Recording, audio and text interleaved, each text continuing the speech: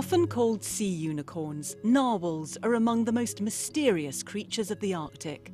Their frozen habitat has made them hard to study, but as the ice melts, these aquatic mammals are becoming more accessible to scientists who hope to solve perhaps the biggest mystery of them all, the purpose of the narwhal's tusk.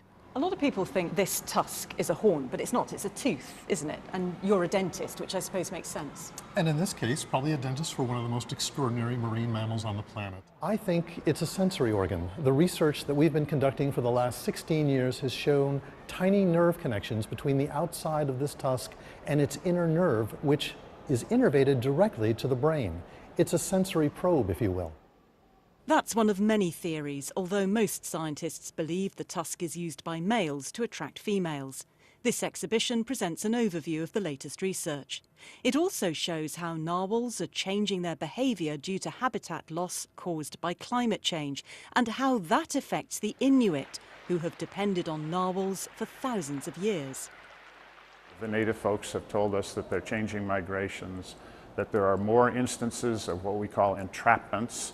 That is when the narwhals get caught when the ice is freezing up in the fall, and in the winter it will freeze right over their breathing holes. Hundreds or even thousands perish. So there's some pretty dramatic events that can occur. Scientists work with the Inuit to track and study narwhals. By fitting them with sensors, they're learning more about their diving patterns and feeding habits, migration, and even how they communicate. These sounds were recorded underwater, but when predators are detected, the narwhals become quiet. But even their breathing can be an unforgettable experience. I was on the ice, and it was 2 in the morning roughly, and I heard the breathing sound of just one whale come up. The water was still, it was tranquil. There was a light mist and a fog, and then hundreds of whales started surfacing.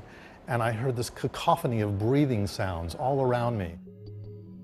There are approximately 180,000 narwhals living in the Arctic, but climate change is opening the region not just to scientists, but to commercial enterprises, raising the risk of pollution. And that could pose the biggest threat of all. Jane O'Brien, BBC News, Washington.